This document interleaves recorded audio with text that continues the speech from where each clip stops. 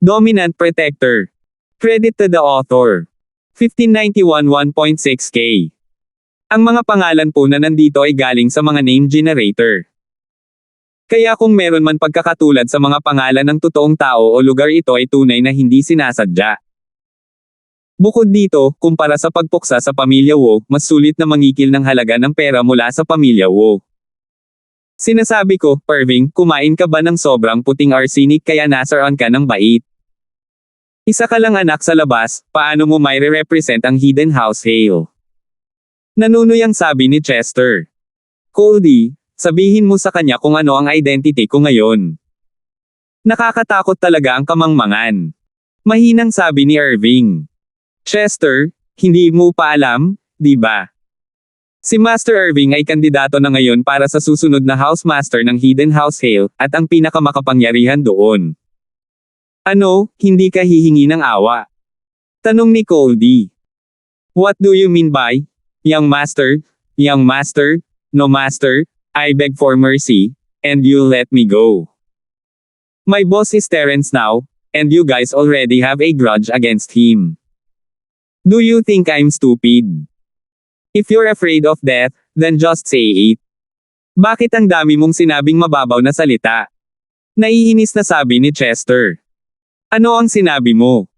Malapit nang sumabog si Irving, nagsasabi siya ng totoo. Sinabi niya ang lahat ng ito para pilitin si Chester na umatras at ibigay ang pera, ngunit naisip ni Chester na sinasabi niya lang iyon dahil natatakot siya sa kamatayan. Natural, naasar siya, Tito Zhou, pailay mo ang batang ito, pagkatapos ay ipaalam sa bahay ni Wu na bigyan tayo ng 200 milyon bilang kapalit sa kanya. Oo. Hindi na nakayanan ni Uncle Zhou, lumakad siya papunta kay Chester, pinagsalikop ang kanyang mga kamay. Si Irving ay hindi tanga, alam niya na si Chester ay isa ng Golden Class Master, at ang kanyang lakas ay matatag, hindi pa niya gustong kumilos. Gusto niyang maghintay hanggang sa matapos siya ni Tito Zhou, at pagkatapos ay susubukan niyang suntukin siya. Gumalaw si Chester habang naglalakad si Tito Zhou, nasusuka na siya kay Tito Zhou, at gusto niyang gawin ito ng mas maaga. Hindi nagpahangin si Chester habang sinuntok niya ang dibdib ni Tito Zhou. Si Uncle Zhou ay isang early phase na mystic ngayon, kaya natural, hindi siya natatakot kay Chester. Iuunat na sana niya ang kanyang kamay para salubungin si Chester nang mapansin niyang may mali. Ang Chester na ito ay hindi na lamang isang Golden Class Master, isa na siyang mystic early phase. Gayunpaman, sa oras na mag-react siya, huli na ang lahat. Kaya lang niyang ihanda ang sarili at harangin ito ng kanyang kamay. Imposibleng umiwas. Gayunpaman, inaliw ni Tito Zhou ang kanyang sarili, siya ay isang mystic early phase, habang siya ay isa ng sikat na mystic, hindi siya magiging dehado sa exchange na ito. Gayunpaman, sa susunod na sandali, napagtanto niya na siya ay mali, napakamali. Gayunpaman, huli na ang lahat. Si Uncle Zhou ay nagluwa ng isang subo ng dugo habang siya ay pinalipad. Napasandal siya sa pader, bumagsak ang dibdib at umikot ang mga mata. Sino si Chester?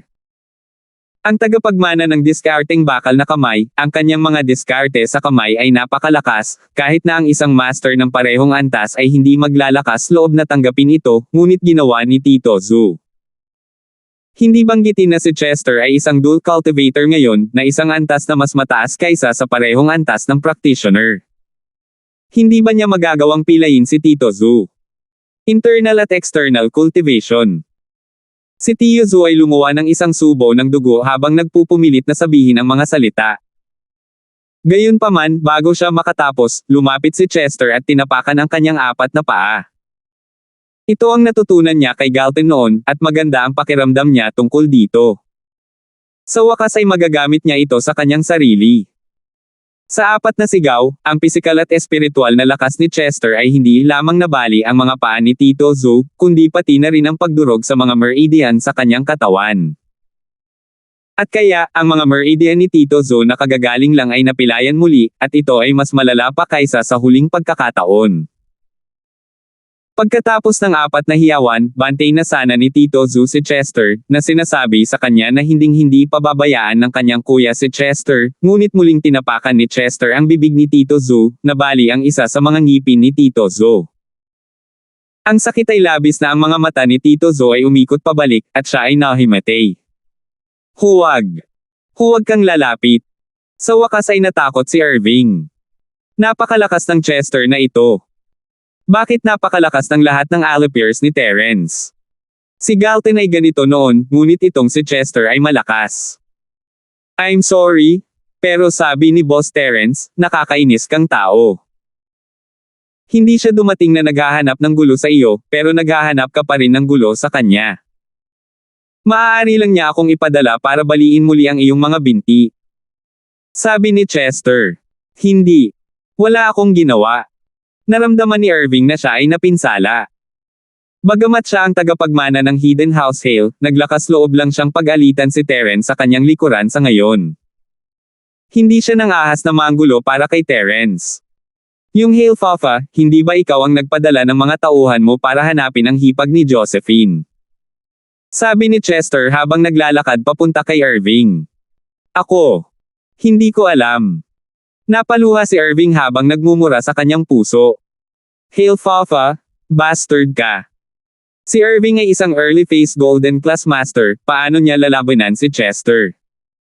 Ni hindi man lang siya nagkaroon ng pagkakataong lumaban bago mabali ang kanyang mga paa. Ngunit si Chester ay walang ginawang masyadong marahas, hindi niya napilayan ang mga binti ni Irving, nabali lang niya ito.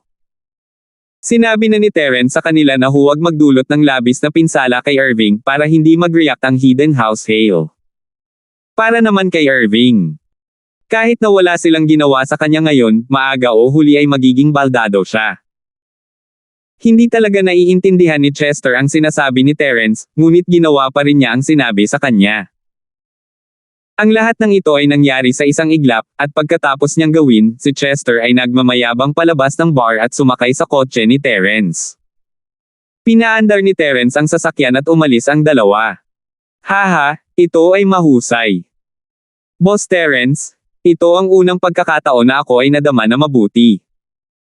Kaya ang mga marangal na bahay ay nakakatapak din sa mga nakatagong bahay. Excited na sabi ni Chester. Kung ikaw ay ambisyoso, kahit na ikaw ay mula sa isang hamak na background, maaari ka pa ring maging kapareho ng mga sinaunang sekta. Walang ipinanganak na master, mahinang sabi ni Terence, at hindi lahat ng sinaunang sekta ay may magandang kondisyon para sa pagsasanay. Boss, naiintindihan ko. Magsisikap ako. Pakiramdam ni Chester ay lumawak ang kanyang paningin. Siya ay masyadong limitado sa nakaraan, nakita lamang niya ang mga away sa pagitan ng mga marangal na bahay at naisip na ang pagkuha ng isang lugar sa mga marangal na bahay ay ang sukdulang layunin ng kanyang buhay, ngunit pagkatapos na sundan si Terence, napagtanto niya na ang mga nakatagong bahay ay hindi lahat ng misteryoso. Gusto niya itong tapakan, pero hindi niya pa rin ba tinapakan. At naapakan niya ang dalawa. Ang nakatagong bahay Hale at bahay Pai. Dagdag pa, si Terence ay malapit ng makipaglaban muli sa bahay na si York. Makikikilos ba ang Hidden House York? Naramdaman ni Chester na kumukulo ang kanyang dugo sa pag-iisip nito. Nagkagulo ang lumulutang na cloud bar. Kinagat ni Irving ang kanyang mga ngipin sa sakit, ngunit sa kabutihang palad, siya ay isang practitioner ngayon, at ang kanyang pagtitiis ay mas malakas kaysa dati. Magaling siya sa ngayon. 1592. Si Tito Zo naman ay tila mas mabigat ang paghinga kaysa sa kanyang paghinga. Puno ng bula ng dugo ang bibig niya, para siyang mamamatay kapag hindi siya natulungan. Gustong tingnan ni Sumaowang ang binti ni Irving, ngunit pinigilan siya ni Irving. Tingnan muna natin si Tito Zo, ayos na ang binti ko, bali buto lang, hindi naman masakit ang meridian ko. Pagkatapos maging practitioner ni Irving, mas kilala niya ang kanyang katawan at naiintindihan niya ang sarili niyang sakit. Kaya't hindi siya nakaharang sa ngayon, baka hayaan niya munang gamutin si Sumaowang kay Tito Zo, mabibili pa niya ang puso ng mga tao. Siyempre, malamang na mapilayan na naman si Tito Zo sa pagkakataong ito na bili na ni Irving ang kanyang puso. Kung gusto niyang mag-higanti, makakaasa lang siya kay Kuya Zo. Ang kanyang master, Elder B, ay hindi makatuntong sa mga salungatan ng mortal na mundo, kaya kailangan niyang umasa kay Elder Zo. Si Elder Zo ay mula sa isang tagong bahay, ngunit siya ay nakalusot lamang sa Earth class, at hindi pa siya nakarehistro sa Noble House Council. Wala ring nakakaalam tungkol dito, kaya ang hayaan siyang lumaban ay ang pinakamahusay na pagpipilian. Tiningnan ni Sumaowang ang mga sugat ni Irving at alam niyang hindi ito seryoso, kaya mabilis siyang tumango at pinuntahan si Tito Zhu. Samantalang noong kumilos si Chester, hindi man lang siya nang ahas na gumawa ng anuman siya ay mastiko, ngunit wala siyang lakas para lumaban. Mas gugustuhin niyang magtago na lang. Kung hindi, kung kahit siya ay nasugatan, sino ang gagamutin sa kanya? Bilisan mo at tawagan si Boss Zhu, si Tito Zhu ay nasugatan, kailangan nating ipaalam sa kanya. Sabi ni Irving kay Coldy.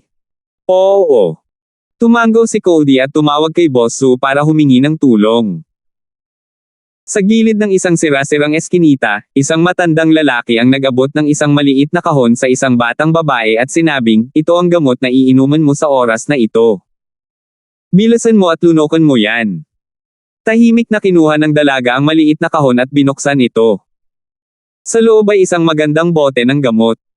Binuksan ng dalaga ang bote ng gamot at nilunok ang gamot sa loob. Magsasalita pa sana siya nang biglang tumunog ang telepono. Inilabas ng matanda ang kanyang phone at tiningnan ang caller ID. Pagkatapos ay sinabi niya sa babae, mayroon akong ilang mga kagyat na bagay na dapat harapin, kaya aalis muna ako. Maaari kang bumalik ng mag-isa. Pagkatapos nito, nagmamadaling lumabas ng eskinita ang matanda at naghanap ng tahimik na lugar para sagutin ang telepono. Boss Zhu?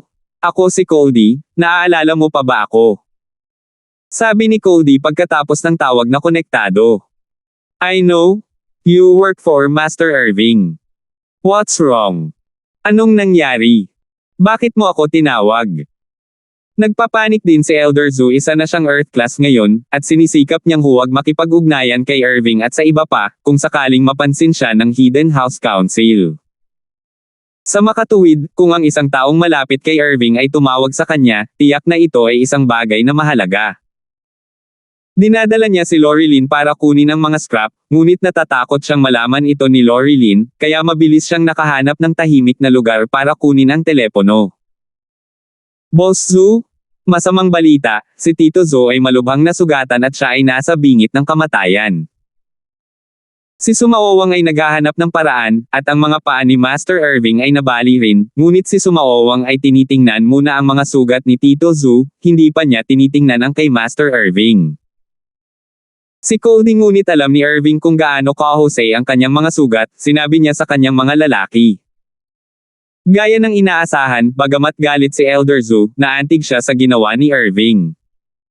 Magaling na master si Master Irving. Coldy, hintayin mo ako, pupunta ako dyan.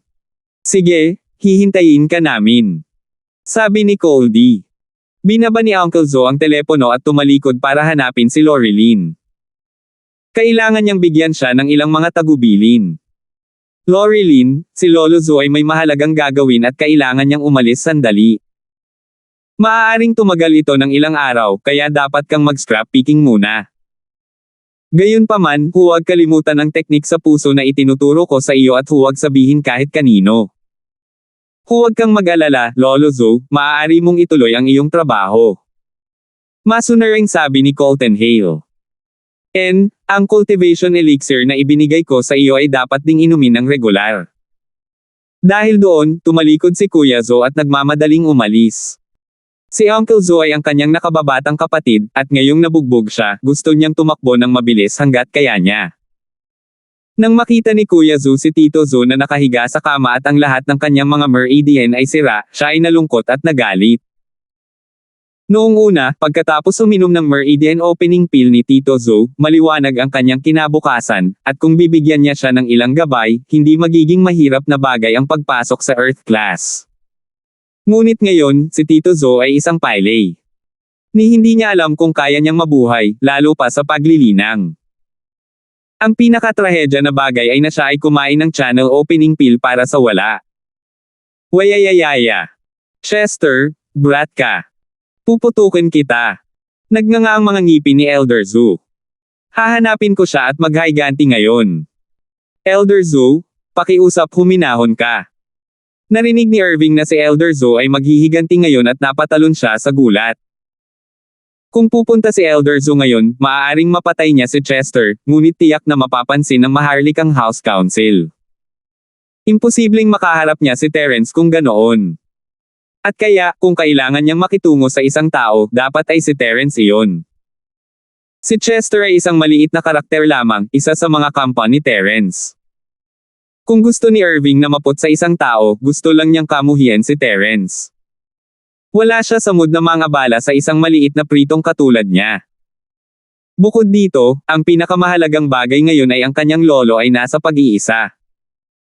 Nasa life or death na sitwasyon si House Hale, at hindi nila kayang bayaran ang anumang aksidente. Kung ang maharlikang House Arbitration Association ay itutuon ang kanilang mga mata sa mga oras na ito, hindi ito isang magandang bagay, at ang usapin ng Chi Gathering Pill ay maaaring malantad. At saka, nakabalik na si Quentin, at ang mga mata niya ay nasa posisyon ng Young Master kung magdulot siya ng anumang gulo dito, hindi basta-basta hahayaan ito ni Quentin, at maging si Elderby ay mahihirapan. Mula nang maging disipulo ni Elderby si Irving, mas marami na siyang iniisip kaysa dati. Noon, si Irving ay walang gaanong ambisyon at inakala niya na isa lamang siyang illegitimate child. Sapat na iyon para makagawa siya ng pangalan para sa kanyang sarili at makilala ng bahay na si Hale.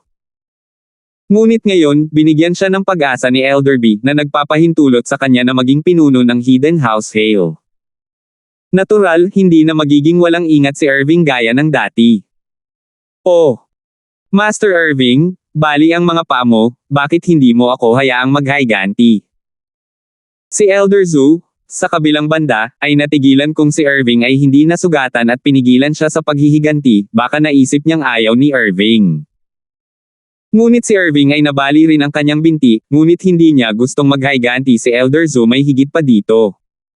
1593. Elder Zhu, alam mo ang sitwasyon ng pamilya ngayon. Si Lolo ay nag-iisa. Noon, partikular na sinabi sa amin ni Lolo at ni Master na anuman ang mangyari, kailangan naming tiisin ito pansamantala at maghintay hanggang sa siya ay lumabas. Sabi ni Irving, dagdag pa, ang likod ng lalaking Quentin na iyon. Kung gagawa tayo ng anuman at may matanggap siya sa atin, masama iyon. Ganito. Si Elder Zhu ay isa ring matapat na tagasunod ng Hidden House Hale, kailangan nilang hawakan ito pagkatapos marinig ang mga salita mula sa matanda at Elderby, ngunit natarante siya. Kaya, Master Irving, ano ang pakay mo sa pagtawag sa akin dito? Ang paghihiganti ay kinakailangan, ngunit hindi ngayon. Nagngagat ang ngipin ni Irving, yung batang si Terence, papatayin ko siya balang araw. Gayunpaman, ang pinakamahalagang bagay ngayon ay humanap ng paraan para gumaling ang mga sugat ni Tito Zhu para gumaling siya sa lalong madaling panahon. Hindi man niya kayang magtanim, kailangan niyang panatilihin ang kanyang buhay. Subordinate ko siya, kahit may kapansanan siya, ako ang bahala sa kanya. Ikaw ay napakabait at matalinong master, Master Irving. Ano ang ginawa ng magkapatid na Zhu para maging karapat-dapat sa iyo ang gayong pabor? Huwag kang mag-alala, Master Irving, ako, Boss Zhu, ay hindi ka pababayaan. Naantig si Boss Zhu. Ang akala niya ay nagdadrama lang si Master Irving dahil hindi naman gaanong magasto sa pagpapalaki ng Pyle, pero nakakatouch ang pagkakaibigan niya. Pangalawa, hindi natin ito maaaring gawin ng bukas, ngunit maaari nating planuhin at tingnan kung magagawa natin ito ng palihim. Kailangan kong tanungin ang aking Panginoon tungkol dito. Boss Zhu, isa kang trump card, hindi ka magagamit sa gusto mo. Sabi ni Irving. Tanging ang aking lolo at amo ang nakakaalam na nakalusot ka sa Earth Class Quentin at ang iba ay malamang na hindi pa nakakaalam, kaya ikaw ang aking trumpo para sa posisyon ng ulo. Hindi mabuti para sa iyo na magpahayag ng iyong sarili ng maaga. Naiintindihan ko. Mabilis na tumango si Elder Zhu. Hinihiling ko sa iyo na pumunta dito upang payuhan ka na huwag masyadong impulsive. Dapat tayong mag-ingat ngayon. Ang pinakamahalagang bagay ay manatiling kalmado bago lumabas si Lolo. Sabi ni Irving. Huwag kang mag-alala, Master Irving, hindi ako kikilos ng padalos-dalos.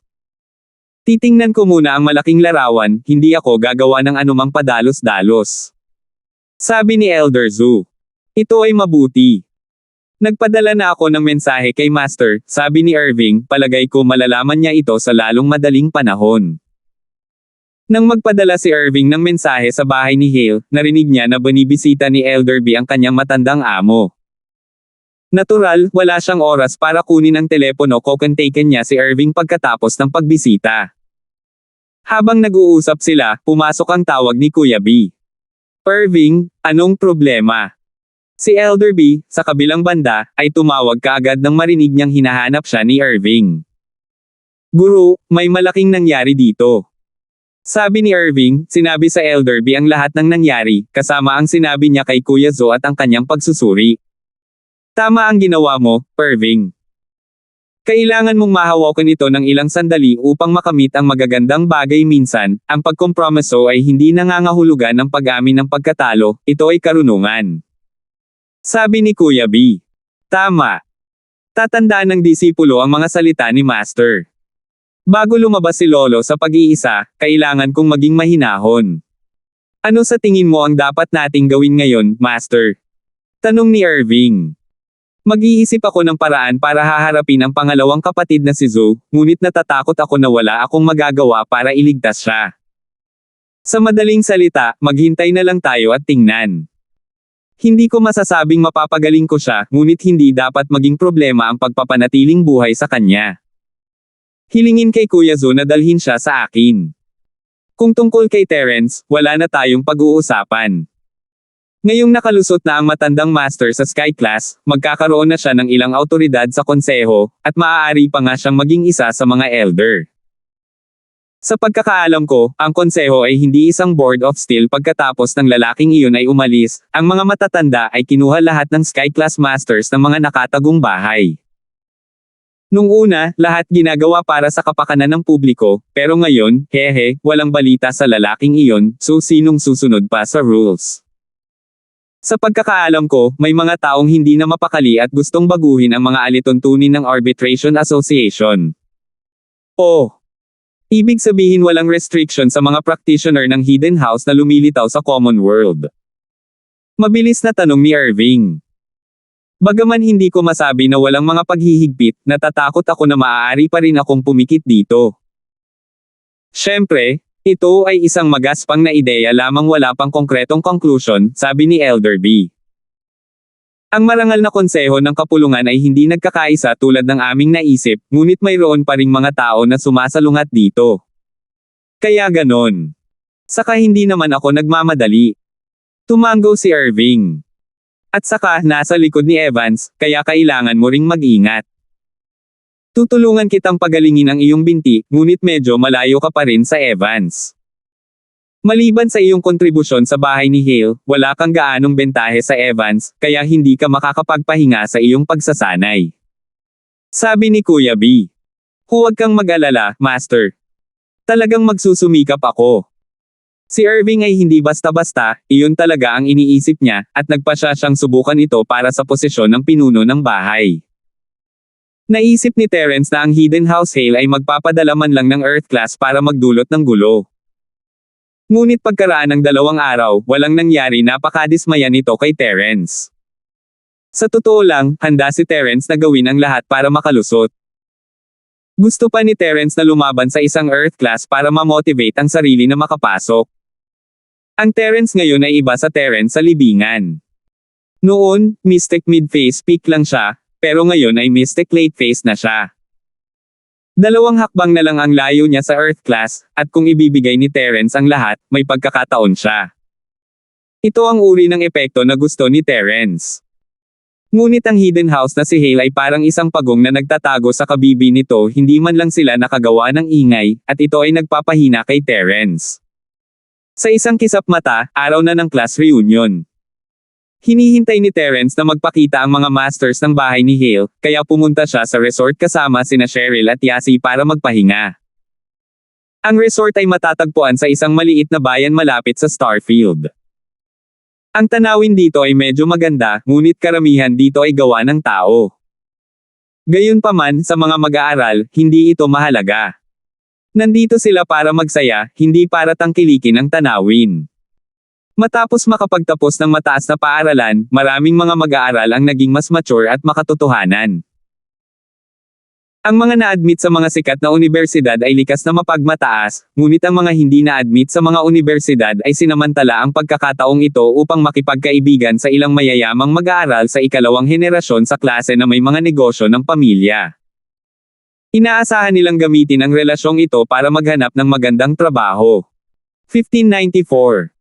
Siyempre, mayroon ding mga lalaki at babae na malabo ang impresyon sa isa't isa mula noong high school. Dahil sa tensyon ng college entrance exam, hindi nila maipaliwanag ang kanilang relasyon. Pero ngayong nakapagtapos na sila at may sapat na oras, gusto nilang samantalahin ang pagkakataong ito para mapalapit sa taong gusto nila.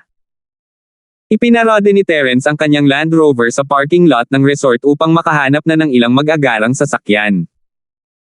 Hindi niya namalaya na ang kanyang mga kaklase ay pawang mula sa mayamang pamilya, ngunit ang unang paaralan ng Starfield ay isang pribadong paaralan, at ito ay isa ring elite na paaralan. Maliban kay Josephine, na may katangi tanging mga marka, ang iba pa ay nagmula sa mga pamilyang may kaya. Kakapark lang ni Terence ng kanyang sasakyan nang huminto sa tabi niya ang isang Mercedes-Benz SUV. Nagulat si Terence, ngunit napangiti siya nang makita ang driver. Jacob, bumili ka rin ng kotse. Nakangiti si Terence habang nakatingin sa plaka ng sasakyan, hindi pa ito opisyal, at malinaw na kakakuha lang nila nito. Hoy, boss, wala kang pakialam sa akin. Tumalon si Jacob palabas ng kotse na may mapait na mukha. Ilang beses na akong tumawag sa bahay mo kamakailan, ngunit sinabi sa akin ni Chester na nagsasanay ka ng husto, kaya hindi ako naglakas loob na istorbohin ka. Akala ko ay hindi mo na ako gusto pagkatapos makakuha ng bagong tagasunod. Ha! Tumawa si Terence, naging abala ako, kaya hindi ko kayo nakontak, ngunit ikaw ang numero 1, at ang numerong 3 o 4 ni Chester ay higit sa lahat kailangan niya maging magalang kapag nakikipag-usap sa iyo. Medyo matalino siya. Kahit hindi ako cultivator, napaka-respeto niya sa akin. Kakakuha ko lang ng kotseng ito, tumango si Jacob. Matagal nang sinabi sa akin ni Fatty Boy na bumili ng kotse, wala akong dalang sasakyan dahil ako ang vice-presidente ng kumpanya. Napakasama para sa akin na lumabas at makipagkita sa mga kliyente. Gayunpaman, natatakot ako na ito ay masyadong mataas, kaya binili ko ito pagkatapos ng pagsusulit sa pasukan sa kolehiyo. Si Fatty Boy ang general manager ng kumpanya, at si Jacob ang vice-presidente, ngunit hindi niya pinansin si Jacob na tawagin siyang mataba na Lay. Pagkatapos ng lahat, siya ay tagasunod ni Terence pagkatapos ni Jacob, at siya pa rin ang tagasunod ni Jacob. Maganda ang takbo ng kumpanya. Matagal nang hindi tinitingnan ni Terence ang negosyo ng kumpanya, at hindi siya nagtanong tungkol dito dahil napakaraming nangyayari kamakailan. Nasa merkado na ang painkiller, at maganda ang tugon. Walang problema sa mga benta, ngunit kailangang palawakin muli ang linya ng produksyon. Mapait na ngumiti si Jacob. Boss, mahigpit ang pananalapi ng kumpanya pagkatapos mong maglipat ng 100 milyon. Naalala lang ni Terence na nakakuha siya ng 100 milyon mula sa mataba na si Lay nang pumunta siya sa pagsusulit sa Ice Palace. Tila kailangan niyang humanap ng paraan para kumita ng pera sina matabang Lay at Jacob, parang nasa siksikan sila. Kapag libre ako, mag-iisip ako ng paraan para makapag-research at kumita ng pera. Nag-iisip si Terence kung babayaran ba ito ng bahay ni York o ng bahay ni Hale, o baka pwede siyang mangikil ng ilan sa bawat bahay. Anyway, ang dalawang pamilyang ito ay hindi masyadong matatag, kaya hindi nila siya dapat guluhin. Nagkamali siya ng kalkula, hindi ba mas mabuti kung maibalik niya ang pera noong hiniling ng Ice Palace kay Trixie na manatili? Malamang na hindi tatanggi ang Ice Palace, malamang ay bibigyan pa siya ng mas malaking reward. Hindi na kailangang masyadong mabalisa. Sa karamihan, mababawasan natin ngayon. Unti-unti itong bubuti. Sabi ni Jacob. Ipinarode ni na Jacob at Terence ang kanilang mga sasakyan, at dumating ang seguridad ng resort upang tulungan silang mag-set up ng mga reflective cone na mga harang sa kalsada upang maiwasan ang mga gasgas ng ibang sasakyan. Welcome sa Teofisto Resort. Magalang na sabi ng security guard. Teofisto Resort. Napakurap si Terence. Binanggit lang nila ang bayan kung nasaan ang resort, ngunit iniwan nila ang pangalan dahil may isa sa bayang iyon. Parang si Teofisto ang may-ari. Si Teofisto ang boss mo. Tumingin si Terence sa guard at casual na nagtanong. Yes, sir. Pwede ko bang itanong kung kilala mo ang boss namin? Hindi nang ahas ang guard na mag-antala si Terence at Jacob ay parehong nakasakay sa mga luxury car, kaya baka kilala talaga nila ang amo. Oh, kilala ko siya. Sabi ni Terence sabay tango. Sir, kailangan mo bang kontakan ang boss? Magalang na tanong ng security guard. Hindi na kailangan, sabi ni Terence sabay wave ng kanyang kamay. Nandito siya para sa isang class reunion, at si Teofisto ay wala rito para sa anumang bagay. Sige, sabi niya. Walang ibang sinabi ang security guard. Pagkatapos ay lock ang kotse, naglakad sina Terence, Jacob, at ang iba pa papunta sa lobby. May mga estudyante na doon, at medyo madaming tao, lalaki at babae, ang masigasig na pinalibutan si Jacob. Si Terence ang boss sa likod ng miracle doctor na si Larkins na kumpanyang medikal, at ang mga malapit lang sa kanya ang nakakaalam nito. Ngunit ang katotohanan na si Jacob ang vice-presidente ng kumpanya ng medikal na doktor na si Larkins ay alam ng lahat sa klase. Pagkatapos ng lahat, si Jacob ay dumalo sa mga kaganapan sa paglulunsad ng produkto at tumatanggap ng maraming panayam, at ang kanyang pangalan ay ilang beses nang mas kilala kaysa dati. Para sa dating hindi kilalang taong ito na biglang na-promote mula sa isang hindi kilalang maliit na tao tungo sa antas ng isang general manager, ang ilan sa mga mas maalalahanin na batang babae ay hindi napigilan ang kanilang mga dibdib at itatak ang kanilang mga paa. Paano sila nagkamali sa paghusga sa kanya noong nakaraan? Hindi ba niya nakita ang potensyal ni Jacob? Pero nang malaman nilang may girlfriend na si Jacob, pinagsisihan nilang hindi sila gumawa ng first move. Ngunit ngayon, iniisip ng mga estudyanteng hindi nakapasok sa universidad na magkaroon ng magandang relasyon kay Jacob. At least for the sake of their old classmates, they could get a position in a medical company. Hindi sila humingi ng supervisor o department manager, maayos din ang mga normal na empleyado. Pagkatapos ng lahat, ang kumpanya ng medikal na doktor na si Larkins ay isang kumpanya na may magagandang prospect. Ito ay sapat na mabuti upang magtrabaho doon. Tinapik ni Terence ang balikat ni Jacob at inakay sina Cheryl at Yasi sa sofa sa sulok. Hindi siya ganoon ka-close sa mga kaklase niya, at ayaw niyang ma-involve sa kanila. Maya-maya, dumating na rin sina Leandro at Stanley. Natural na silang dalawa rin ang target ng mga estudyanteng nambobola. Medyo maraming ari-arian ang pamilya ni Leandro, at ang mga estudyanteng nawala ng trabaho pagkatapos ng graduation ay gustong maghanap ng mapagkakakitaan sa kanya. Ang event ngayon ay si Leandro Bro at ang class monitor talaga ang nag-organize. Noong una, sabi ng class monitor, hahatiin ng pantay-pantay ang gastos ng bawat isa, at kung hindi pa sapat, makukuha na nila ang natitirang class allowance, pero sabi ni Leandro Bro na sasagutin niya ang lahat ng gastusin sa event this time, para lahat ay makakain at makakainom ng kontento. Inihayag ni Stanley matapos makita na halos lahat ay dumating na. Hindi siya pinanindigan ng organizer ng event, ang class president. Naiintindihan niya na nawalan siya ng kapangyarihan pagkatapos ng graduation. Si Leandro ay nagpapakain sa kanila, kaya nagpa siyang ipaubaya sa kanya ang spotlight. 1595. Ang galing. Naghiyawan ng mga tao nang marinig nilang may gumagamot sa kanila. Bagamat karamihan sa mga estudyante ay nagmula sa mga pamilyang may kaya, masaya pa rin silang makatipid ng ilang daang yuan sa bayad sa kaganapan. Si Leandro Bro ay naghanda ng masaganang handaan para sa lahat ngayong gabi. Teresa Restaurant. Sabi ni Stanley. Halos oras na ng hapunan, at lahat ay nagugutom, kaya masaya silang naglakad patungo sa silid kainan matapos marinig ang mga salita ni Stanley.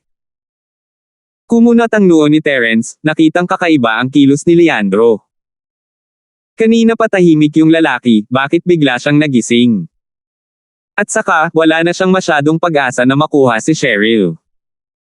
Alam niya iyon, kaya bakit pa siya nagpapagamot? Sobra ba talaga ang pera niya para gastusin? Mayaman ang pamilya ni Leandro, kung tutuusin si Terence ay nag-aalala tungkol sa kawalan ng sapat na pera, at ngayong mayaman na ang bata, kailangan niyang kumuha ng ilan mula sa kanyang ama, si Fabian. Ngunit hindi binanggit ni Stanley si Cheryl kapag nagsasalita siya, ni hindi siya tumingin kay Terence. Hindi maisip ni Terence kung ano ang iniisip nila, hindi kaya gusto lang talaga nila siyang i-treat ng hapunan. Si Terence, Cheryl, at Yasi ay tumayo rin, hindi nila gusto ang Leandro, ngunit kailangan pa rin nilang kumain.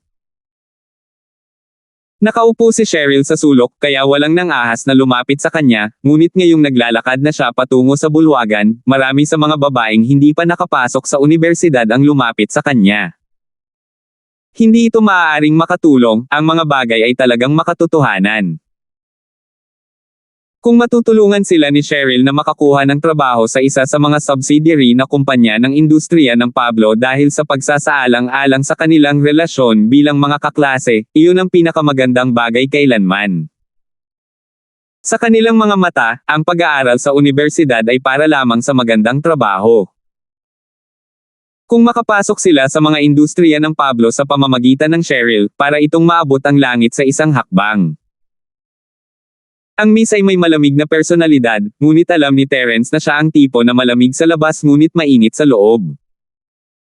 Matagal na silang magkaklase, pagkatapos ng lahat, at si Cheryl ay nag-aalala pa rin sa kanilang pagkakaibigan kahit na sila ay nasa mabuting kalagayan o hindi. Ilalabas niya ang kanyang telepono at isusulat ang mga pangalan at numero ng mga nakahanap sa kanya. Ipapadala niya ang mga ito kay Tito Fredo mamaya, humihiling sa kanya na bigyan sila ng pagkakataon. Kung gagawin nila ng maayos o hindi ang kanilang trabaho, nasa kanila na iyon. Si Cheryl ay hindi isang pilantropo, at ito lang ang maitutulong niya sa kanila. Ganoon din ang panig ni Jacob na pagkasundoan nilang lahat na bigyan sila ng pagkakataon, ngunit wala silang magagawa kung hindi sila makapasa sa internship.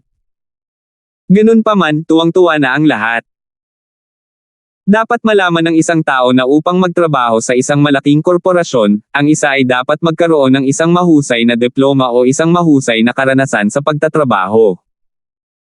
Napakahirap na para sa mga nagtapos sa high school na ito na hindi nagkaroon ng pagkakataon. Mayroong higit sa 30 tao sa pagtitipon, at sila ay nahati sa 2 mesa. Masagana ang hapunan, at nag-order si Leandro ng lahat ng uri ng delicacy dahil hindi niya kailangan ng pera. Magkaklase silang lahat kaya hindi niya kailangang maging masyadong formal. Pagkatapos itinaas ni Leandro ang kanyang baso at sinabing, huwag tumayo sa seremonya, kumain at uminom ng mabuti. Wala siyang ibang sinabi. Nagsimula na ring gumalaw ang lahat at uminom. Tapos na ang college entrance exam. Na-admit man sila sa isang universidad, tuwang-tuwa silang lahat. Ang mga hindi nakapasok sa universidad, syempre, ay nakakuha ng trabaho mula kay Jacob, Cheryl, at Leandro. Sa kanilang opinyon, kahit na ang isang trabaho ay hindi sapat, maaari silang humingi ng tulong sa iba. May 3 trabaho, at ang isa ay angkop. Sa makatuwid, ang mga estudyanteng ito na nag-aalala tungkol sa kanilang kinabukasan ay nagniningning sa kaligayahan. Shield bro? Ang sarap talaga nitong alimango, subukan mo. Sabi ni Yasi habang inaabot kay Terence ang isang alimango. Shield bro? Ang sarap ng beef na ito, subukan mo. Sabi ni Yasi habang inaabot kay Terence ang isa pang piraso ng baka. Shield bro? Ang sarap talaga ng cake na ito, subukan mo. Sabi ni Yasi habang inaabot kay Terence ang isa pang piraso. At sa gayon, ang plato ni Terence ay naging isang maliit na bundok ng hindi nagtagal. Walang naiinggit sa swerte ni Terence sa mga babae sa isang banda, si Yasi ay hindi isang taong malalapitan nila, at sa kabilang banda, ang makapangyarihang kuya ni Yasi ay hindi nila kayang hawakan.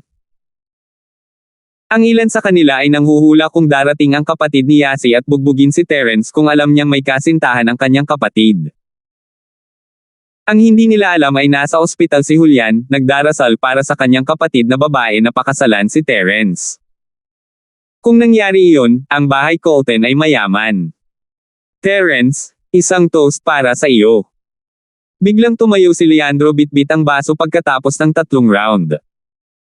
Agad na tumahimik ang maingay na piging, at lahat ay tumingin kay Leandro ng kakaiba. Alam ng lahat na hindi magkasundo sina Leandro at Terence, nagkaaway na sila simula nang lumipat si Terence, at habang nagawang pigilan ni Terence si Leandro, asar pa rin si Leandro. Kaya medyo kakaiba ang toast ni Leandro. Tumingin din si Terence kay Leandro na may kainahinala, hindi sigurado kung ano ang ginagawa niya. Stanley, kumuha ka ng alak kay Terence. Walang pakialam si Leandro sa iisipin ng mga tao habang nag-uutos. Oo. Kinuha ni Stanley ang isang bote ng alak sa tabi niya, binuksan ito mismo, at itinaas ito sa harap ni Terence. Kumunat ang noo ni Terence, ngunit hindi niya ito basta-basta kayang tanggihan sa harap ng buong klase. Magkaklase sila, at kung hindi niya ito tatanggapin ngayon, iisipin ng buong klase na makikitid siya. Walang pakialam si Terence, ngunit ayaw niyang masira ang mood ng lahat. Sa pag-iisip na iyon, ngumiti si Terence at itinaas din ang kanyang baso, hinayaan si Stanley na buhusan siya ng alak. Ngumiti siya ng mahina, Leandro, bakit bigla ka na lang nagtotoast sa akin? Terence, may problema tayo noon, pero ngayong graduate na tayo at magkaklase na tayo, hayaan na natin. Magiging mabuting kaklase na tayong lahat simula ngayon, same time na sabi ni Leandro. Mahirap na tayong magkita muli pagkatapos ng graduation.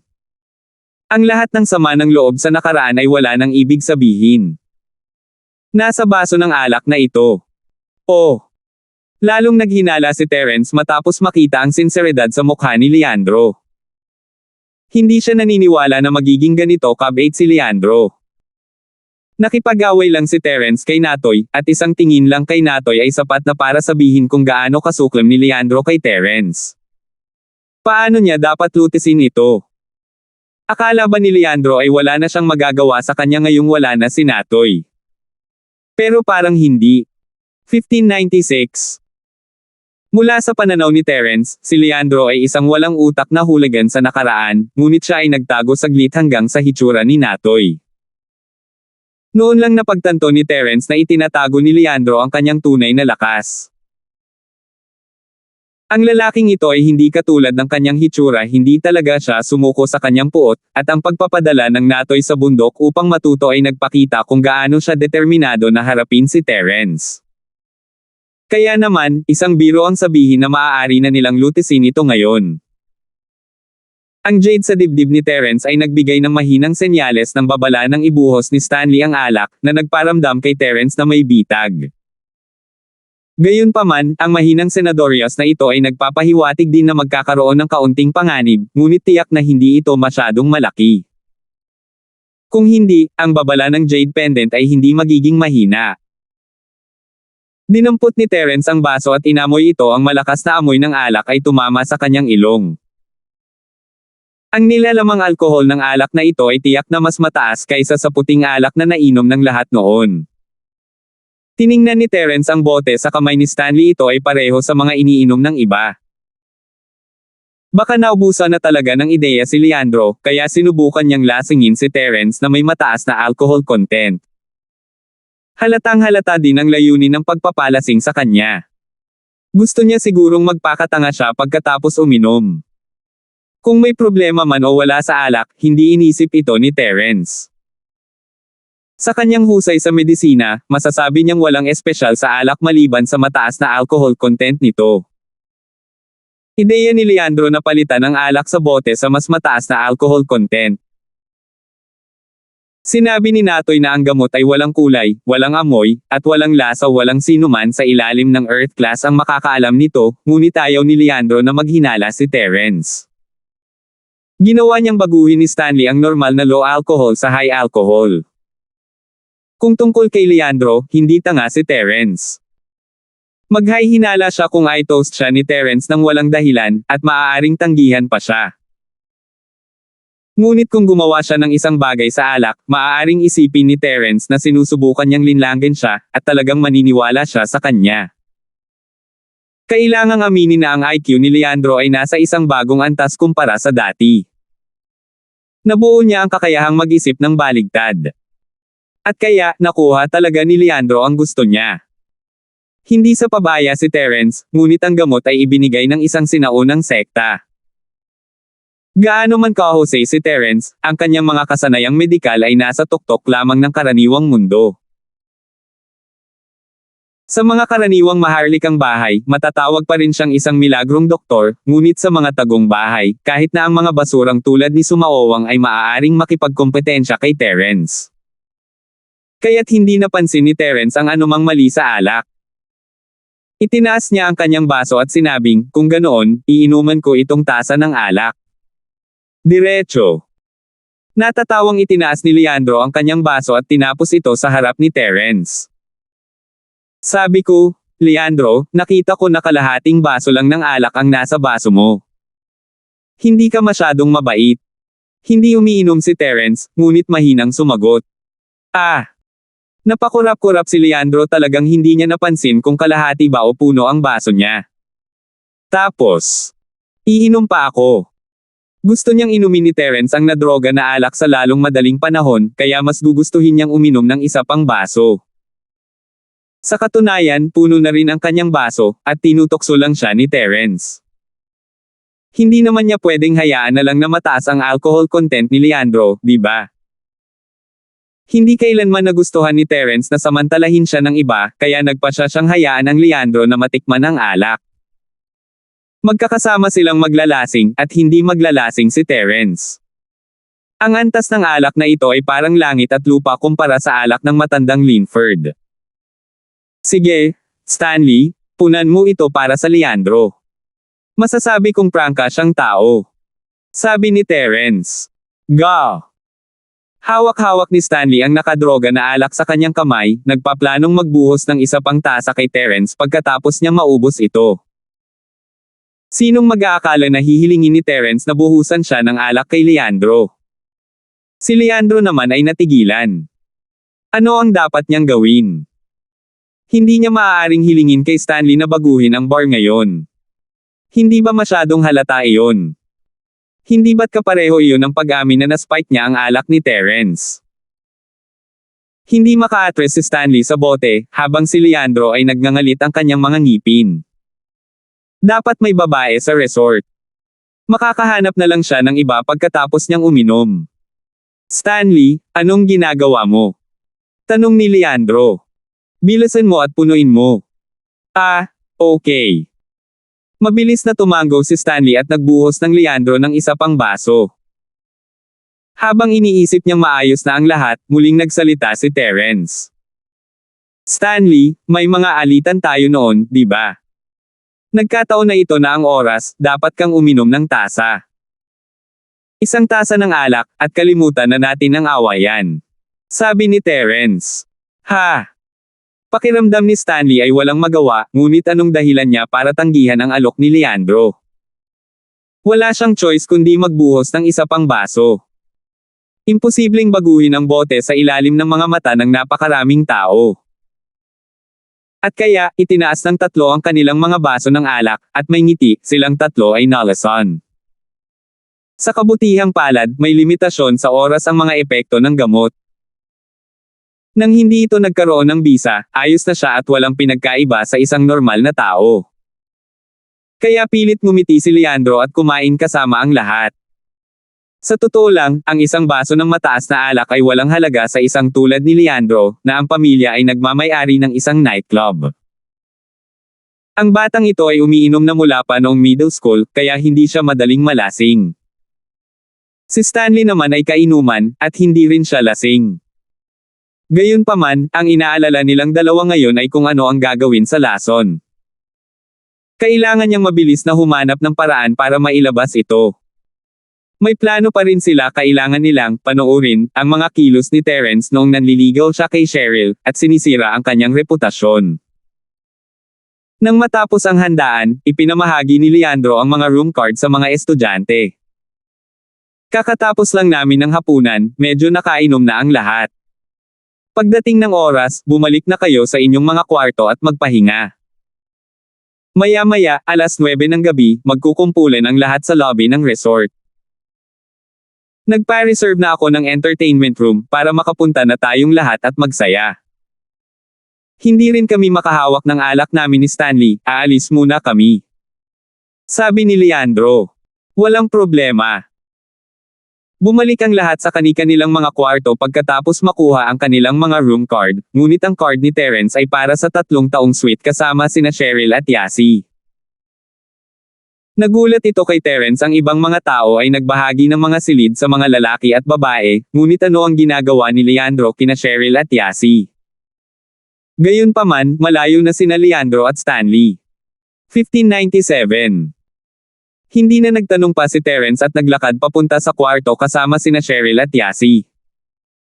Nakatira sila sa iisang bubong kaya hindi magiging awkward kahit sa iisang kwarto sila magpahinga. Leandro bro, di ba sabi natin hahanap tayo ng dahilan para tanggalin si Yasi? Bakit hindi mo ito pinaandar? Tanong ni Stanley habang pabalik sa kanyang silid. Walang oras, tanga. Pareho tayong nakadroga, at magkakabisa na ito sa lalong madaling panahon. Kailangan nating bumalik sa silid at maghanap ng babaeng mag-aalaga dito. Kung hindi, wala tayong oras upang mahuli si Terence sa akto. Sabi ni Leandro. Tama ka. Tumango si Stanley, ngunit sinabi ni Natoy na masyadong malakas ang gamot. Kahit na gusto ng Yasi na iyon, hindi gagawin ni Cheryl. Pagdating ni Terence, haha. Magpapapicture tayo at magsaya. Tama, naging mas matalino si Stanley kamakailan. Sabi ni Leandro. Habang pabalik sa kanyang silid, naramdaman ni Terence na may mali nagsisimula nang uminit ang kanyang buong katawan. Sa mga kasanayang medikal ni Terence, masasabi niyang hindi ito senyales ng labis na pag-inom, ngunit nasa ilalim siya ng ilang uri ng aphrodisiac. Ang isang normal na tao ay hindi makakagawa ng ganoong tumpak na paghuhusga, ngunit hindi alam ni Terence kung paano siya nalason, ngunit alam niya kung ano ang nangyari pagkatapos siya ay nalason. Hindi maganda. Masyadong pabaya si Terence, baka may mali sa alak. Ang tanging naiisip ni Terence ay ang basong iyon ng alak, ngunit tiningnan niya ang kalidad ng alak, hindi ito nakadroga. Hiniling pa niya kay Leandro at Stanley na uminom din ng tig-isang baso, sakaling nag-aalala siya. Gayunpaman, hindi niya inasahan na mas gugustuhin pa nilang dalawa na malason para painumin siya nito. Ano ang kanilang layunin? Napatingin siya sa magandang Cheryl at Yasi sa tabi niya, at nahulaan niya kung ano ang pinaplano ni Leandro. Malamang gusto niyang ipilit ang sarili kay Cheryl o Yasi para sirain ang reputasyon niya o ni Cheryl. Ang ganitong uri ng panlilinlang ay tila napakakaraniwan, ngunit kung ito ay maayos na pinaandar, maaari rin itong magdulot ng hindi inaasahang epekto. Para naman kay Yasi, kumpiyansa si Terence na kung itulak niya siya pababa, hindi siya maaapektuhan, ngunit ang miss. Mahirap sabihin. Marahil ay napagtanto ito ni Leandro, at iyon ang dahilan kung bakit niya ito ginawa. Kung tutol ang banibin, maaaring i-film ito ni Leandro at ipahayag na si Terence ay isang rapist. Kahit na itanggi ito ni Cheryl sa ibang pagkakataon, masisira pa rin ito ang reputasyon ni Terence. Walang magawa si Leandro kay Terence na may natoy, at hindi masamang ideya na asar siya ng kaunti. Higit sa lahat, lasing ang lahat. He could totally deny na siya ang may kagagawan nito at umiwas sa lahat ng responsibilidad. Matalino ang lalaking ito. Gayunpaman, si Terence ay isang master sa medisina, at hindi niya inisip ang aphrodisiac. Maaari niyang gamitin ang acupuncture upang i-detoxify ang kanyang sarili, ngunit sina Leandro at Stanley. Paano nila gagawin iyon? Isang kakaibang ngiti ang lumitaw sa mukha ni Terence nang sumagi sa kanyang isipan ang pag-iisip. Kinuha niya ang phone niya at tinawagan si Rowan. God Linford. May utos ka ba? Natutulog si Rowan sa bahay nang tumunog ang kanyang telepono. Ayaw niyang kunin at isabit na sana niya ito nang makita niya ang pangalan ni Terence sa screen. Agad siyang nagising at sinagot ang tawag. Medyo natakot siya. Kung ibinaba niya ang telepono, malamang na magkaproblema siya at ang pamilya Zoe. Ang Teofisto Resort ay pag-aari ng iyong pamilya, tama ba? Tanong ni Terence. Oo. Mayroon ka bang anumang utos, Jocelyn Ford? Tumalon si Rowan, maaaring isang manager ng Teofisto Resort o isang bagay ang nagpagalit kay Terence. Gustong sampi ni Rowan ang lalaki, ibinigay niya kay Terence ang lahat ng mayroon siya, at ang lalaki ay nagdudulot sa kanya ng problema. Ay, wala lang. May binibini ka ba dito? Tanong ni Terence. Oo, oo. Kailangan ito ng Jocelyn Ford. Medyo na-relax si Rowan nang marinig na hindi na-provoke si Terence. Oh, tawagan mo ang manager dito. Ngayong gabi, kahit sinong humingi ng babae, ayaw niya. Huwag silang papasukin kahit na tinawag sila mula sa labas. I mean, maaari mo bang seryosohin ito? Tanong ni Terence. Huwag kang mag-alala, Terence, gagawin ko ito ngayon. Hindi alam ni Rowan kung ano ang ibig sabihin ni Terence, ngunit hindi niya kailangang malaman. Gagawin niya ang anumang ipagawa sa kanya ni Terence basta masaya si Terence, magiging maayos ang lahat. Pagkatapos ibaba ang tawag, tinawagan kaagad ni Rowan ang manager, sinabi sa kanya ang plano ni Terence. Nagbanta pa siya, sinasabi ko sa'yo, kapag ginawa mo ito ng maayos, gagantimpalaan kita. Kung manggugulo ka, hindi kita bibitawan. Hindi kasing simple ng pag-iimpake mo at pag-alis dito. Kapag may nangyari sa akin, kalag ka rin kita pababa kasama ko. Halos malaglag ang puso ng manager sa kanyang dibdib sa sinabi ni Rowan, alam niyang gangster ang House Zoe, kung tutuusin. Kailangan niyang gawin ito. Kaya naman, direktang hiniling ng manager ng resort sa kanyang mga tauhan na tipunin muna ang lahat ng babae at ikulong sila sa conference room. Natatakot din siyang kumuha sila ng pribadong trabaho. Pagkatapos, inutusan niya ang lahat ng mga security guard na isara ang pinto ng resort at huwag tumanggap ng anumang bisita. Ang layunin ay upang maiwasan ang isang binibini na makalusot sa. Ang kadahilanang ito ay medyo nakakatawa, ngunit ang karanasan sa resort ay isinasagawa ng maingat, na medyo nakakalito. Bumalik sina Leandro at Stanley sa kanilang silid at tinawagan ang service desk, hinihiling sa kanila na ayusin ang dalawang babae na lumapit. Ang sagot ay, kami ay isang lehitimong resort. Wala kaming ganoong hindi tamang negosyo. Patawarin mo kami, sir. F***sake. Malapit nang sumabog si Leandro, sino kaya ang pinagluloko ng lalaking ito? Noong una niyang pinili ang resort na ito bilang gathering place, nakapunta na rin siya dito dahil dito na siya naglaro dati. Sa oras na iyon, nakahanap siya ng maraming babae. Naisip ni Leandro na bago ang nasa front desk, kaya sinabi niya, tawagan mo ako ng manager mo sa lobby. Anong dapat nating gawin, Leandro bro? Hindi naman pwedeng wala tayong ganyang serbisyo dito, diba? Ano ang dapat nating gawin? Natarante si Stanley. Ayos lang, kilala ko ang manager. Madalas kaming pumupunta dito ni Henry. Sabi ni Leandro, medyo nawawala si Henry. I wonder how Henry bro's doing. 1598. Oo, dapat tayong bumisita sa Henry balang araw. Sabi ni Stanley, tumango. Si Henry bro ay isang tapat na subordinate ng Bahay Zong, hindi namin siya biguan. Bagamat sinabi iyon ni Leandro, talagang iniisip niya na may halaga pa rin si Henry sa kanya. Sa totoo lang, hindi ganoon kalaki ang krimen ni Henry, ngunit magiging kapaki-pakinabang pa rin siya kapag nakalabas siya sa bilangguan. Nagawa ni Henry na may pasok si Natoy sa loob ng sekta dahil lang sa junior siya ng leader ng sekta, hindi ito dapat maliitin.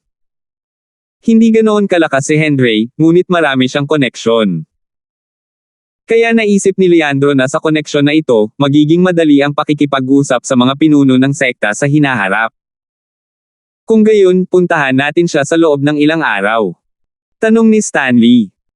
Okay, pero kailangan muna nating harapin ang problema. Tuyo ang bibig ni Leandro, at nagiinit ang katawan. Buti na lang at hindi nagtagal ay tumawag ang manager, at sinabi ni Leandro sa kanila ang kanyang pangalan. Nakilala ng manager si Leandro at alam niyang siya ang nagbayad para sa event, kaya napakagalang niya sa kanya. Young Master Zong, pwede ko bang tanungin kung bakit mo ako hinahanap? Manager Zhang, bilasan mo at kunin mo ako ng dalawang babae. Gusto ko ng maganda. Pag-uusapan natin ang iba pa mamaya. Nag-aapoy sa pagnanasa ang katawan ni Leandro, at wala siyang oras na sayangin sa manager. Mr. Zong, hindi madali iyan. Ang resort namin ay hindi nagbibigay ng serbisyong ito sa ngayon. Naalala ni Manager Zhang ang utos ng General Manager at Master Ming. Hindi siya naglakas loob na humanap ng Leandro na babae. Bullshit. Nagpapatakbo din ng nightclub ang pamilya ko, paanong hindi ko malalaman ang tungkol dito? The last time I was here, marami pa. Just cut the crap. Natarante si Leandro sa sinabi ng manager. Young Master Zong, wala na talaga kami. Ito ang partikular na idiniin ng General Manager dati. Nagsimula na ring lumipat ang aming negosyo sa isang lehitimong industriya at hindi na kami nagbibigay ng ganitong uri ng serbisyo. Ayaw ni Manager Zhang na masaktan si Leandro. Kung tutuusin, si Leandro ay isang malaking customer dito at sila ay nasa parehong negosyo. Madalas silang magkita. Pagkatapos ay kumuha ako ng 2 mula sa labas, bilasan mo. Hindi na kinaya ni Leandro. Ito. Mr. Zong, pasensya na, wala kaming anumang contact information. Bakit hindi ka lumabas at hanapin ito? Mataktikang sabi ni Manager Zhang. Dahil hindi niya mapapasok si Miss sa resort, Leandro na lang niya ang makaalis sa resort. Kung umalis siya, wala itong kinalaman sa resort. Ngunit wala sa mood si Leandro na lumabas at tumingin. Hindi na siya makapaghintay, at hindi siya pamilyar sa lugar na ito, saan niya ito makikita. Kahit na makahanap siya ng 2 tao mula sa kanyang nightclub, aabutin ng mahigit 1 oras bago makarating dito. Masyado na siyang huli. Leandro ay napuno ng puot ano ang mali sa resort na ito. Lumipat pa siya sa maayos na industriya. Sa lahat ng pagkakataon, kailangan niyang lumipat sa isang maayos na industriya ngayon. Paano siya at si Stanley? Moherf ****. Hindi na ako pupunta sa mall dito mong lugar. Ibinaba ni Leandro ang telepono sa galit, ngunit wala siyang magawa. Leandro bro, anong gagawin natin? Hindi ko na kaya. Narinig din ni Stanley ang nilalaman ng tawag sa telepono, at siya ay pawis na pawis. Ano pa ba ang magagawa natin? Pumunta ka sa banyo at lumayas ka mag-isa. Nasa dulo na si Leandro, hindi niya alam kung gagana ang gamot o hindi. Walang sinabi si Natoy. Hindi masyadong natuwa si Stanley tungkol dito, ngunit dahil sumuko na si Leandro bro, wala siyang pagpipilian kundi sundin. Pumasok sa silid sina Terence, Cheryl, at Yasi. Tatanungin na sana ni Cheryl si Terence kung ano ang ibig niyang sabihin sa pagtawag kay Rowan nang makita niya ang pulang mukha at pawis ni Terence sa noo. Para siyang alimainggong may pulang shell na kalalabas lang sa kaldero. Terence, anong problema? Paano siya naging ganito? Saan ka ba hindi komportable? Nag-aalalang tanong ni Cheryl. Oh, naluto yata si Shield bro. Gulat na sabi ni Yasi. Leandro, naglagay ka ng aphrodisiac sa alak. Sabi ni Terence na may mapait na ngiti. Ayaw niyang magsinungaling kina Cheryl at Yasi, walang tinatago. Ano ang gagawin natin pagkatapos? Gulat na tanong ni Cheryl. Shield bro, masama ba ang pakiramdam mo? Kailangan mo ba ng tulong ni Yasi? Mabilis na tanong ni Yasi. Huminga ng malalim si Terence, halos mawala ng kontrol. Hindi ba siya pinilit ni Yasi na gawin ang isang bagay na hindi niya dapat gawin sa panahong ganito? Sa kabutihang palad, si Terence ay isang sinanay na assassin, at ang kanyang lakas ng loob ay mas malakas kaysa sa mga normal na tao. Kung hindi, natulala siya sa mga salita ni Yasi. Alam ni Cheryl na may problema si Yasi nang makita niyang namula ang mga mata ni Terence. She glared at her. Yasi, ano ang sinasabi mo? Hindi kita tutulungan kung itulak ka ni Terence sa kama. Pero si Yasi ay hindi pa handa. Gusto niya ito ngayon. Si Yasi ay kumilos na parang hindi niya naiintindihan ang ibig sabihin ni Cheryl. Sinadya niya itong pilipitin. Cheryl, dalhin mo siya sa gilid para maglaro. Huwag kang mag-alala sa akin. Hindi alam ni Terence ang gagawin, hindi ba ito si Yasi ang nagpipilit sa kanya na gumawa ng mali. Sinubukan ni Terence na huwag isipin ang tungkol kay Yasi habang ginagamit niya ang kanyang purong chi upang sugpuin ang mga epekto ng gamot. Pagkatapos ay naglabas siya ng isang kahon ng pilak na karayom mula sa kanyang bulsa. Ang paggamit ng mga pilak na karayom para ilabas ang lason ay ang espesyalidad ni Terence, kaya kailangan lang niyang tiisin ito ng ilang sandali. Shoo! Nakikita ni Cheryl ang sakit ni Terence. Pinandilatan niya si Yasi at hinaila siya papasok sa suite. Gayunpaman, nag-aalala pa rin si Yasi. Cheryl sis, nabalitaan ko na hindi madaling gamutin ang mga taong may aphrodisiacs. Magiging okay ba si Shield bro? Bakit hindi? Nagdusa ako ng ilang pagkalugi at tulungan siya. Sagot ni Yasi. Paano ka tutulong? Nag-aalala rin si Cheryl kay Terence, pero hindi niya kayang isuko ang sarili niya, di ba? Kaya nagtanong agad si Yasi. Maaari mong gamitin ang iyong mga kamay, o iba pa. Nilabas ni Yasi ang kanyang dibdib. Paf! Halos masuka si Cheryl ng dugo. Anong uri ng ideya ito? Kung talagang hindi ito gagana, kailangan ko na lang ibigay ang sarili ko sa kanya. Napagdesisyonan ko na rin na maging maliit na asawa ni Shield bro. Sabi ni Yasi, walang pakialam sa reaksyon ni Cheryl. Hindi nakaimik si Cheryl, ngunit sa kanyang puso, ang mga salita ni Yasi ay nagdulot ng ripple. Hindi niya alam kung ano ang mararamdaman. 1599. Kung wala si Yasi, sasama kaya si Terence sa kanya kung hindi niya ito kakayanin. Ang puso ni Cheryl ay puno ng pag-asa, ngunit nadama niya na ang kanyang mga iniisip ay katawa-tawa. Hindi niya siya gusto, ngunit gusto niya si Josephine. Ngunit, talaga bang hindi niya ito nagustuhan? Anong problema, Cheryl? Curious na tanong ni Yasi habang nakatingin sa kakaibang ekspresyon ni Cheryl. Wala. Wala. Umiling si Cheryl at pinawi ang hindi makatutuhanang pag-iisip. Kung gayon, dapat ba akong pumunta at tumulong? Naiinip na tanong ni Yasi. Huwag mo nang dagdagan ang gulo. Sinabi ni Terence na mayroon siyang paraan para malutas ito. Hindi alam ni Cheryl kung bakit, ngunit ayaw niyang mapunta si Yasi.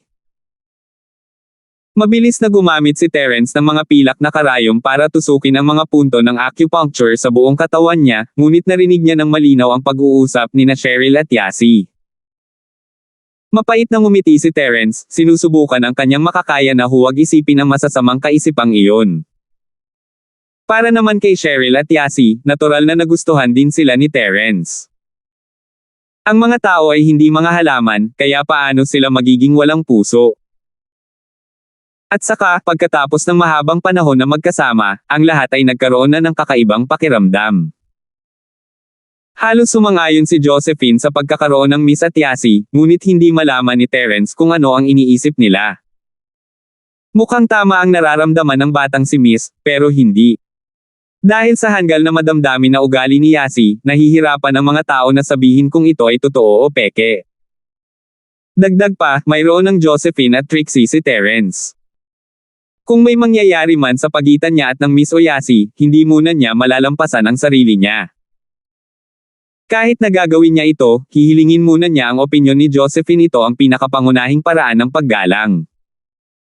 Hindi maaaring gawin ni Terence ang anumang gusto niya dahil sa pahintulot ni Josephine.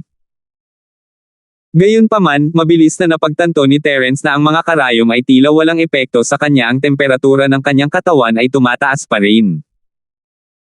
Ang gamot ay tila nagkaroon ng bisa, ngunit hindi ito binaliktad ni Terence. Ang pagnanais sa kanyang puso ay lumalakas at lumalakas, na ginagawang mabangis at nakakatakot ang ekspresyon ni Terence. Gayunpaman, napanatili pa rin ni Terence ang kanyang pagiging makatwiran. Naka-cross-leg siya sa lupa at tinanong si Elder George, ano ang dapat kong gawin ngayon? Mukhang seryoso ang sitwasyon. Bakit hindi mo subukang gamitin ang iyong tunay na chi para matuno ang iyong pagnanasa? Ang iyong enerhiya ay ganap na layunin, sabi ni Elder George pagkatapos ng ilang pag-iisip, tingnan kung maaari mo itong gawing pagnanais na bawasan ang mga epekto ng gamot. Sige. Tumango si Terence at pumasok sa espasyo sa Jade. Sinimulan niyang i-channel ang sining ng Dragon Mastery gamit ang enerhiya sa espasyo upang labanan ang aphrodisiac sa kanyang katawan. Gayunpaman, nagulat si Terence, tila gumagana ito. Gayunpaman, ang mga nakapagpapagaling na katangian ng aphrodisiac ay tila napakalabis. Sa bawat bakas na pino, isang malaking halaga ng enerhiya ang kailangang maabsorb sa katawan. Ngunit ito ay mas mahusay kaysa sa wala siya ay nagkaroon ng oras. Sa isa pang pribadong silid ng resort, hingal na hingal sina Leandro at Stanley. Liang bro, hindi ko rin kaya, mababali ang kamay ko. Hindi ba't masyadong masungit si Pao? Mapait na sabi ni Stanley. Hindi ba? Mabali ang braso ko, pero kailangan nating magsikap. Isipin mo si Terence, kailangan nating makarating doon sa lalong madaling panahon, kung hindi, mawawala ng saysay. Kumanta tayo ng kanta, magsikap pa. Sabi ni Leandro. Kumanta. Magaling. Anong kanta ang kakantahin mo? Tanong ni Stanley. Kontahan mo ako, 1, 2, 3, handa. Sama-sama. Calabash Brothers. Calabash Brothers. Leandro chanted malakas. Sa makatuwid, nagsimula silang dalawa sa pag-awit sa banyo at nasa sabik. Ang enerhiya ni Terence at ang gamot ay nagsalungat ng may kahirapan. Sa ilalim ng sakit, nagsimulang magbuga ng puting singaw ang kanyang noo, at napakainit kaya naninigarilyo si Terence. Cheryl sees, grabe, sunog si Shield bro. Nakita ni Yasi ang puting singaw na lumabas sa ulo ni Terence at sumigaw. Ah! Kung gayon. Ano ang dapat nating gawin? Let's turn the air conditioner to the maximum, right? Tanong ni Cheryl, na parehong nabigla. Mabilis na nahanap ni Yasi ang remote control ng air conditioner at inikot ito sa maximum. Gayunpaman, kahit naka-on ang aircon, hindi nabawasan ang singaw sa noo ni Terence. Ang init pa noon. Bakit hindi tayo maghanap ng 2 fans at fan siya para medyo lumamig siya? Nakita ni Yasi na walang paraan para i-on ang air conditioner. Sige. Si Cheryl ay desperado din. May mga tagahanga ng saging sa silid ng hotel. Siya at si Yasi ay kumuha ng tig-isang pamaypay para kay Terence na pamaypayan sa kaliwa at kanan. Nakita niya ang mga kilos ni Cheryl at Yasi, ngunit hindi ito masyadong epektibo. Wala siyang lakas na magsalita, bagaman nagngangalit ang kanyang mga ngipin at ginagamit ang kanyang panloob na lakas upang iwaksi ang pagnanasa sa kanyang puso. Ang enerhiya ay natipon sa katawan ni Terence at sumugod sa kanyang katawan sa hindi kapani-paniwalang bilis. Gayunpaman, habang nilalabanan nito ang nakapagpapagaling na epekto, nawala ito. Dahil sa bilis ng pagsipsip na ito, hindi makapagsalita si Terence. Hindi niya kailangan ng ganito kalaking lakas para makalusot, di ba? Gayunpaman, totoo na kailangan niya ng maraming enerhiya upang matuno ang gamot. Nagulat at natarante si Terence sa parehong oras. Saan nakakuha ng ganoong kalakas na gamot ang Leandro? Hindi kaya si Natoy ang nagbigay nito sa kanya? Ngayon na naisip niya ito, hindi imposible. Elder George? Ang nakapagpapagaling na epektong ito ay masyadong nakakapanghina, hindi na ako makakatagal pa. Buong lakas na kumapit si Terence, sumisipsip ng enerhiya para matuno ang gamot. Oh, kung gayon dapat mong ayusin ito. Sabi ni Elder George. Malutas. Paano natin ito malulutas? Tanong ni Terence. 5 laban sa 1.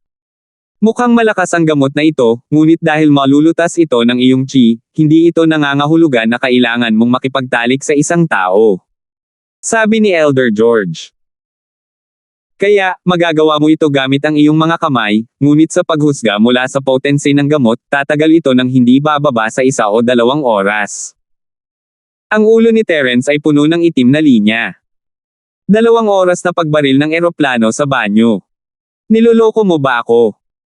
Kung wala si Cheryl at Yasi, ayos lang, pero ngayong nandito na silang dalawa, hindi ba siya magiging katatawanan kung pupunta siya? Ano pa? Walang magawang tanong ni Terence. Kung gayon maaari mo lamang ipagpatuloy ang pagtunaw nito. Gamit ang iyong kasalukuyang kapangyarihan at ang walang katapusang enerhiya sa Jade, maaari mo itong matuno, ngunit ito ay magtatagal. Sabi ni Elder George. Walang magiging problema hanggat maaari itong malutas. Kinagat ni Terence ang kanyang mga ngipin at nagpasyang magpatuloy. Makalipas ang isang oras, sa wakas ay nalutas ni Leandro at Stanley ang problema. Pareho silang naubos. Sa ngayon, halos hindi maiangat ng dalawa ang kanilang mga braso.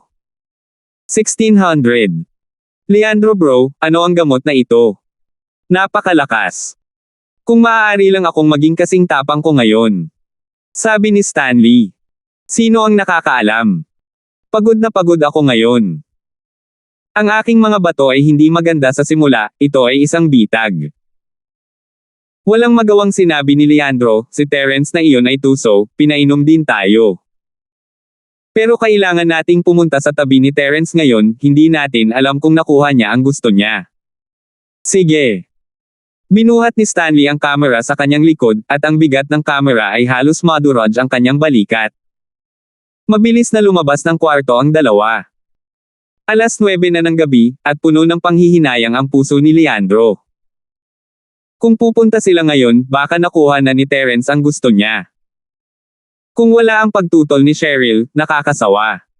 Sa isiping iyon, napuno ng mali siya ang puso ni Leandro. Pumasok siya sa lobby ng resort at nakita niyang lahat ng mga kaklase niya ay nakapahinga na at naghihintay sa kanya at kay Stanley. Paumanhin sa mahabang paghihintay, lahat. Ngayon, iimbitahan ko ang lahat na manood ng magandang palabas. Sabi ni Leandro sa mga estudyante sa lobby. Everyone, follow me. Pinaplano ni Leandro na ipatingin sa lahat si Terence kahit na itulak niya ito ng kaunti, hindi ba nakakahiya kung makita ng lahat ng estudyante? At saka, wala na si Cheryl na mabuhay pa. Ngunit nagpasya si Leandro na kung hindi niya makuha ito, walang sino man ang makakakuha. Kung hindi niya makukuha si Cheryl, sisirain niya ang kanyang reputasyon. Hindi alam ng mga estudyante kung anong klaseng palabas ang ipapakita sa kanila ni Leandro, kaya hindi na nila ito masyadong inisip at sinundan si Leandro sa silid ni Terence. As far as they were concerned, Leandro was the one who planned this event, so everyone had to listen to him. Hindi na makapaghintay pa si Leandro nang marating niya ang silid ni Terence at isinandal ang ulo sa pinto. Napakahalaga ng oras, at ayaw niyang mag-aksaya ng kahit isang segundo. Sa isang putok, ang pinto ni Terence ay nabuksan, ngunit hindi ito kasing lakas ng inaakala ni Leandro. Ang pinto ni Terence ay hindi man lang nakalock. Si Terence ay naging abala sa paglaban sa epekto ng droga sa sandaling bumalik siya sa kanyang silid, habang sina Cheryl at Yasi ay abala sa pagpapalamig sa kanya. Walang nag-abalang tingnan kung nakalock ang pinto o hindi. At kaya, si Leandro ay naunang bumagsak sa silid. Ang momentum ay nagpabagsak sa kanyang mukha. Lahat, mangyaring tingnan. Hindi na mapakali si Stanley sa Leandro. Nag-aalala siya na baka may gawin si Terence dito, kaya pinatingin niya ang mga estudyante sa silid. Sa makatuwid, ang eksena sa silid ay lumitaw sa mga mata ng lahat. Sina Cheryl at Yasi ay sinafan ng Terence mula sa kaliwa at kanan. Ano ito? Tanong ng isa sa mga estudyante pagkatapos tingnan. Baliw ka ba? Gusto mong makita natin ito? Si Jacob ang unang nag-react. Ang Stanley ba ito ay may retarded? Halatang natutuwa si Terence sa mga tagahanga ng dalawang magagandang babae, at ginagambala siya ni Leandro. Tama, ano ang makikita? Ang mga estudyante ay naiinggit kay Terence, ngunit hindi nila naisip na ito ay isang malaking palabas. Di ba fan lang? Ano ang makikita doon? Napatulala din si Stanley. Ano ang nangyayari? Hindi ba dapat itulak ni Terence si Cheryl o Yasi? Bakit ang ayos nilang tatlo ay nakasuot ng maayos at kaway-kaway ang kanilang mga fans sa ganoong ka-relax na paraan? Sabi ni Leandro habang bumangon sa lupa. Hindi pwede. Magaling ba si Terence? Naghihinala siyang tumingin sa sitwasyon sa kwarto, pero parang walang nangyari. Dagdag pa, sigurado siya na kung talagang karelasyon ni Terence sina Cheryl at Yasi, hindi ito matatapos ng ganoon kabilas, na nagsusuot ng kanyang damit at si Fanning mismo. Pagkatapos ng lahat, ginamit nila ni Stanley ang kanilang mga kamay sa loob ng kalahating araw. Paano naging ganito kabila si Terence? Actually, gusto kong ipakita sa lahat kung ano ang banana fan. This banana fan is the specialty of this resort. Ipinapakita ko lang sa lahat kung paano gamitin itong banana fan. Ang nagninangas na bundok ay nawasak gamit ang pamaypay na ito. Sabi ni Stanley. Nakakapagod. Nakakapagod. Walang gaanong sinabi ang mga estudyante dahil si Leandro ang nag-sponsor ng event, ngunit umalis silang lahat ng walang interes. Baliw ba kayong dalawa? Natutulog pa si Shield bro, anong ginagawa nyo? Nakatingin ka pa sa banana fan. Is your mother the Iron Fan Princess? Alam ni Yasi kung ano ang nangyayari sa sandaling makita niyang sumugod sina Leandro at Stanley. Sila ang nagbigay kay Terence ng aphrodisiac, kaya narito sila para suluhin siya sa kama. Sa kabutihang palad, si Terence ay sapat na malakas upang i-neutralize ang gamot mismo, kung hindi, makikita siya ng mga taong ito na hubot-hubad. Kung ganoon nga, hindi na namin kayo iistorbahin pa. Aalis na muna kami. Paumanhin, gusto lang naming tingnan ang pamaypay ng saging. Alam ni Stanley na hindi dapat guluhin si Yasi, at maayos pa rin si Terence. Kung tatalikuran si Terence, sila ni Leandro ay magkakaroon ng malaking problema. Naglakas loob pa si Terence na bugbugin si Natoy. Walang choice ang dalawa kundi tumalikod at umalis. Pinaikit ni Terence ang kanyang mga mata at hindi umimik. Akala ng lahat tulog na siya, pero sa totoo lang, hindi siya natutulog. Siya ay lumalaban sa droga. Narinig ni Terence ang boses ni Leandro at Natoy, ngunit hindi niya ito pinansin. Pababa ng paunti ang gamot sa kanyang katawan, at nakahinga ito ng maluwag kay Terence. Tila hindi nawala ng kabuluhan ang kanyang mga pagsisikap, at may mga resulta pa rin. Sa wakas, sa paglipas ng panahon, bumaba ang epekto ng aphrodisiac sa katawan ni Terence. Kahit na hindi ginamit ni Terence ang kanyang chi para pinuhin ito, maaari pa rin niyang labanan ito. Gayunpaman, nagpasya pa rin si Terence na pinuhin muna ang lahat. Pagkatapos ng lahat, ang aphrodisiac na ito ay iba sa mga normal.